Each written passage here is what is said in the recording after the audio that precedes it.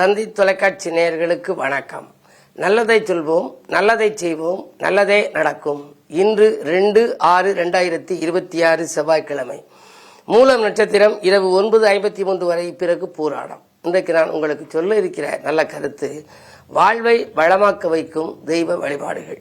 அதாவது எல்லாரும் கேட்பாங்க, இப்படி ஒரு சிக்கல் வந்துருச்சு ஐயா, இதுக்கு எந்த தெய்வத்தை நம்ம கும்பிட்டோம்னா இது ரிலீஃப் கிடைக்கும் அப்படிம்பாங்க.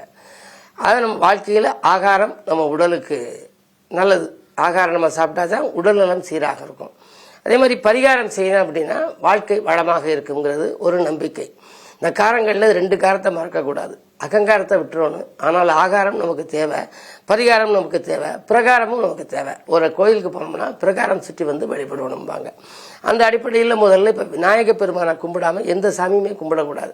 ஒருத்தர் வாழ்க்கையில் எவ்வளவு சிரமப்பட்டாலும் சரி, அல்லது எவ்வளவு நல்லா இருந்தாலும் சரி, தொடர்ந்து ஒவ்வொரு நாளும் ஆணைமுகனை நம்ம கும்பிடணும். ஆணைமுகனை வழிபடாமல் இருக்க முடியுமா? அவன் அருள் இல்லாமல் வாழ்க்கையினை நடத்த முடியுமான்னு சொல்லி ஒரு பாடல் கூட உண்டு. பொதுவாக கணபதினு பேர் அவருக்கு. எதனால அப்படின்னா, கணங்களுக்கு அதிபதி கணபதி.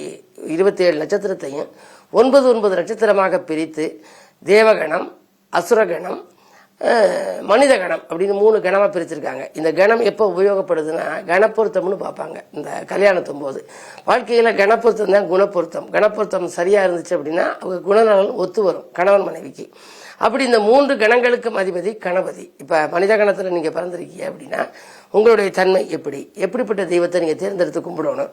ராட்சச கணத்தில் பிறந்திருந்தா அதுக்கு என்ன தெய்வ வழிபாடு எப்படி இருக்கணும், தேவகணத்தில் பிறந்தா எப்படி இருக்கணும். இப்போ தேவகணத்தில் நீங்கள் பிறந்தீங்க வச்சுங்க, நீங்கள் தேவர்களுடைய வகையை சேர்ந்த மாதிரியா, நண்பர்கள் மாதிரி தேவர்கள். உங்களுக்கு நண்பர்கள்ட்ட நீங்கள் ஒரு ஹெல்ப் கேட்குறீங்க, நாளைக்கு வந்து செஞ்சிடறியா அப்படின்னு கேட்குறீங்க.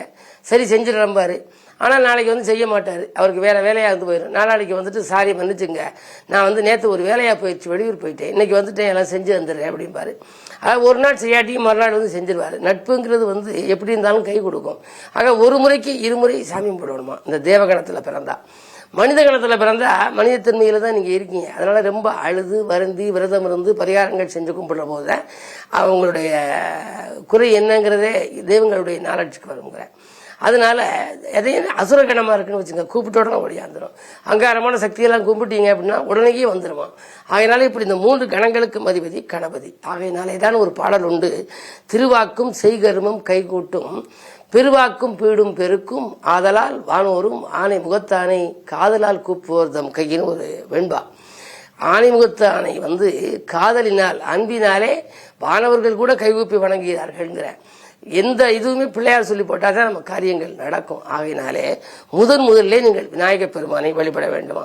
பிள்ளை வரம் கிடைக்கும், பெரும்பொருளும் கைகூடும், நல்ல வரன் அமையும், நாடாளும் யோகம் வரும். பிள்ளையாரை கும்பிட்டா பிள்ளை வரம் கிடைக்கும், பெரும்பொருளும் கூடி வரும், நல்ல வரன் அமையும், நாடாளும் யோகம் வரும், அருகம் புல்லையள்ளி அந்த புனித விநாயகன் கழுத்தில் அள்ளி அணிவித்தோர் அகிலத்தில் நலம் பெறுவார்னு ஒரு பாட்டு. அவருக்கு அருகம்புல நீங்க போட்டீங்கன்னா பெருகும் பொருள் உங்களுக்கு வரும்.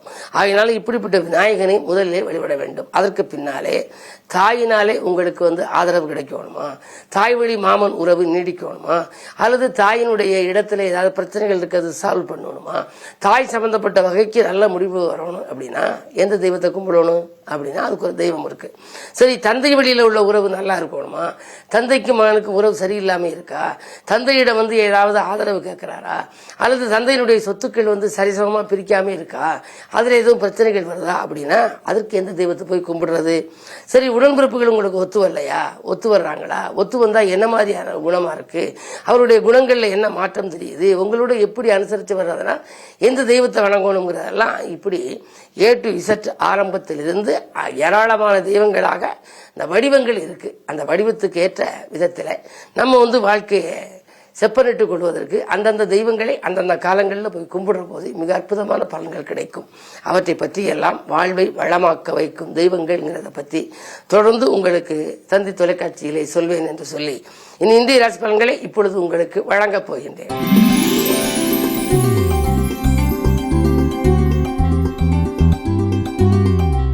மேசராசி நேயர்களே, உங்களுக்கெல்லாம் இன்று ஒரு யோகமான நாள். சுப செய்திகள் வந்து சேரும். எடுத்த காரியத்தை எளிதில் செய்து முடித்து வெற்றி காண்பீர்கள்.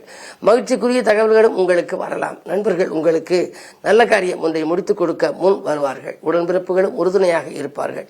வாங்கிய கடனில் ஒரு பகுதியை கொடுத்து மகிழ்கின்ற விதத்திலேயே இன்றைய கிரகநிலைகள் சாதகமாக இருக்கின்றன. இன்று இனிய நாள், நல்ல நாள்.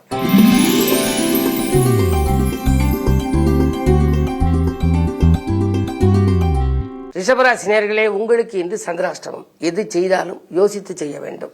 தானுண்டு தன் வேலையுண்டு என்று இருக்க வேண்டும். மற்றவர்களுக்கு நன்மை செய்தாலும் அது தீமையாக தெரியும். தேக நலனுக்காகவும் செலவிடுவீர்கள். அதே நேரத்தில் விரயங்களும் கூடுதலாக இருக்கும். வீண் வம்பு வழக்கில் வீடு தேடி வரலாம். மிக மிக கவனத்தோடு செயல்பட வேண்டிய நாள் இந்த நாள்.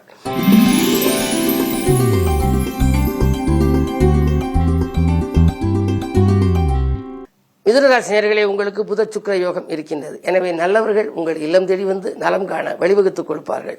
இல்லத்தில் நல்ல சம்பவங்கள் நடப்பதற்கான அறிகுறிகளும் தென்படும். ஆடை ஆபரண சேர்க்கை உண்டு. வரன்கள் வாயில் தேடி வரலாம். வருங்கால நலன்கிறது நீங்கள் எடுத்த புது முயற்சிகளில் உங்களுக்கு வெற்றி கிடைக்கும். மாமன் மைத்திரவழியில் மனதிற்கினிய சம்பவங்கள் நடைபெறும் நாள். கரைந்த சேமிப்புகளை ஈடுகட்டுவீர்கள்.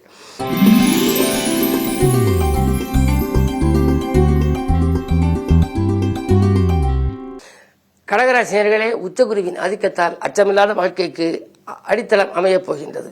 சண்டை போட்டவர்கள் எல்லாம் இப்போது சமாதானம் அடைவார்கள். தொழில் ரீதியாக நீங்கள் எடுத்த புது முயற்சியில் உங்களுக்கு வெற்றி கிடைக்கும். திருமண வாய்ப்புகள் கைகூடலாம். வரன்கள் வந்து வந்து விட்டு போகிறதே, பிள்ளைகளுக்கு எப்பொழுதுதான் கல்யாணம் முடியும், இல்லத்திலே மங்கள ஓசை கேட்குமா என்றெல்லாம் கவலைப்பட்டவர்களுக்கு இப்பொழுது நல்ல தகவல் கிடைக்கப் போகின்றது. தொழில் மாற்றங்கள் விரும்பும் விதத்தில் அமையும்.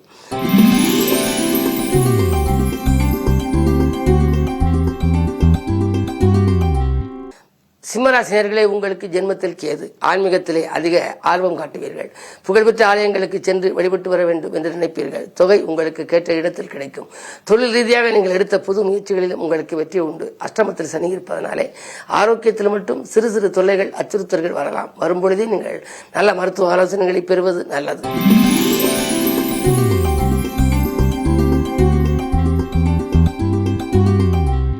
கன்னிராசினியர்களே, உங்களுக்கெல்லாம் வாகனம் வாங்க எடுத்த முயற்சி கைகூடுகின்ற நாள். வளர்ச்சி அதிகரிக்கும். வள்ளல்களின் ஒத்துழைப்பு உங்களுக்கு கிடைக்கும். பலன்கள் வாயில் தேடி வரலாம். வருங்கால நலன் கருதி நீங்கள் எடுத்த புது முயற்சியில் உங்களுக்கு வெற்றி கிடைக்கும். அயல்நாடு சென்று பணிபுரியலாமா, உள்நாட்டில் இருக்கலாமா என்றெல்லாம் குழப்பம் இருக்கலாம்.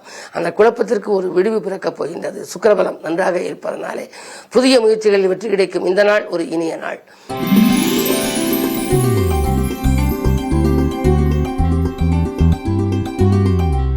துலாம் ராசி நேயர்களே, உங்களுக்கெல்லாம் 10ஆம் இடத்திலே உச்சம் பெற்ற குரு இருக்கின்றார். உச்சம் பெற்ற குருவினுடைய பார்வை 2ஆம் இடத்தில் பதிவதனாலே வாக்கு, தனம், குடும்பம் ஆகிய இடம் புனிதமடைகின்றது. கொடுத்த வாக்கை காப்பாற்ற இயலும். புதிய பொருள்கள் வாங்கும் யோகம் உங்களுக்கு உண்டு. குடும்பத்தில் அமைதி நிலவும்.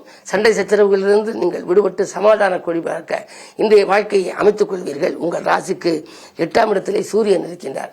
திடீரென பொது வாழ்வில் இருப்பவர்களுக்கு பிரச்சனைகள் உருவாகலாம். வீண் விவாதங்களில் நீங்கள் கலந்து கொள்ள வேண்டாம். அதே நேரத்தில் செவ்வாய் பார்வையும் ஏழில் இருப்பதால் ஒரு சில சமயங்களில் கடுமையான சொற்களை பிரயோகிக்கும் சூழல் உருவாகும். அதன் விளைவாக உங்களுக்கு முன்கோபத்தின் காரணமாக முன்னேற்ற பாதிப்புகள் வரலாம். கவனம் தேவை.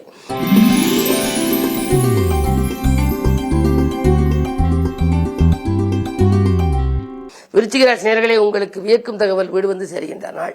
வரன்கள் வாயில் தேடி வரும். வசதி வாய்ப்புகளை பெருக்கிக் கொள்வீர்கள். வாகனம் வாங்க முயற்சி கைகூடும். பழைய வாகனத்தை கொடுத்துவிட்டு புதிய வாகனங்கள் வாங்கலாமா என்று சிந்திப்பீர்கள். எந்த காரியத்தையும் எளிதில் முடித்து வெற்றி காண்பீர்கள். வீட்டில் மகிழ்ச்சிக்குரிய சம்பவங்கள் ஏராளமாக நடைபெறும். 6லே செவ்வாய் இருப்பதனாலே புதிய உத்தியோகத்திற்கான விண்ணப்பித்தவர்களுக்கு அது கைகூடும்.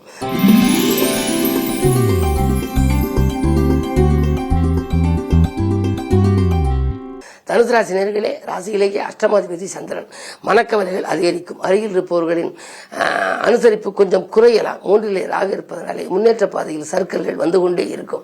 எந்த புது முயற்சியில் நீங்கள் ஈடுபட்டாலும் அது செவ்வனே நடைபெறாமல் போகலாம். அரைகுறையாக பல பணிகள் நிற்கும். என்ன இருந்தாலும் அஷ்டமத்தில் குரு அடியெடுத்து வைத்திருப்பதால் ஆரோக்கியத்திலும் கவனம் தேவை. ஆதாயம் வருவதிலும் உங்களுக்கு குறைபாடுகளே இருக்கலாம். இன்று செவ்வாய்க்கிழமை முருகப்பெருமானை வணங்குவது நல்லது.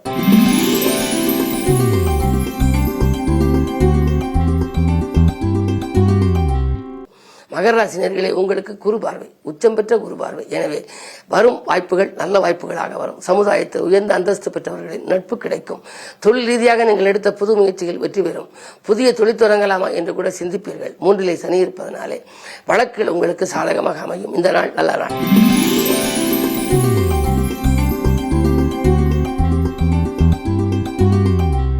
கும்பராசினியர்களே, உங்களுக்கு ராகு ராசியிலேயே இருக்கின்றார். எனவே நல்ல காரியம் இல்லத்திலே நடைபெறும். சோதனைகள் விலக்கி சாதனைகள் ஏற்படுகின்ற நாள். தொட்ட காரியங்கள் எல்லாம் உங்களுக்கு வெற்றி கிடைக்கும். மேலதிகாரிகள் உங்களுக்கு இணக்கமாக நடந்து கொள்வார்கள். வாங்கல் கொடுக்கல்கள் சீராகவும் சிறப்பாகவும் இருக்கும். நாளிலே சூரியன் இருப்பதால் அரசு வழி ஆதரவு எதிர்பார்த்த இடத்திலிருந்து உங்களுக்கு கிடைக்கும். இன்று நல்ல நாள்.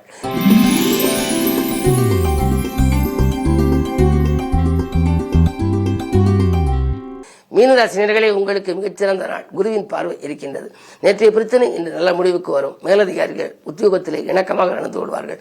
கேட்ட சலுகைகளை உங்களுக்கு வழங்குவார்கள். தொழிலில் உங்களுக்கு எடுத்த புது முயற்சிகளுக்கெல்லாம் முக்கியஸ்தர்களின் ஒத்துழைப்பு உங்களுக்கு கிடைக்கும். உங்கள் ராசிக்கு 2 செவ்வாய் இருக்கின்றார். சொத்துக்கள் வாங்கும் யோகமும் உண்டு. சொந்தங்களாலும் உங்களுக்கு நன்மைகள் உண்டு. மேலும் விவரங்கள் அறிய தினத்தந்தி படியுங்கள்.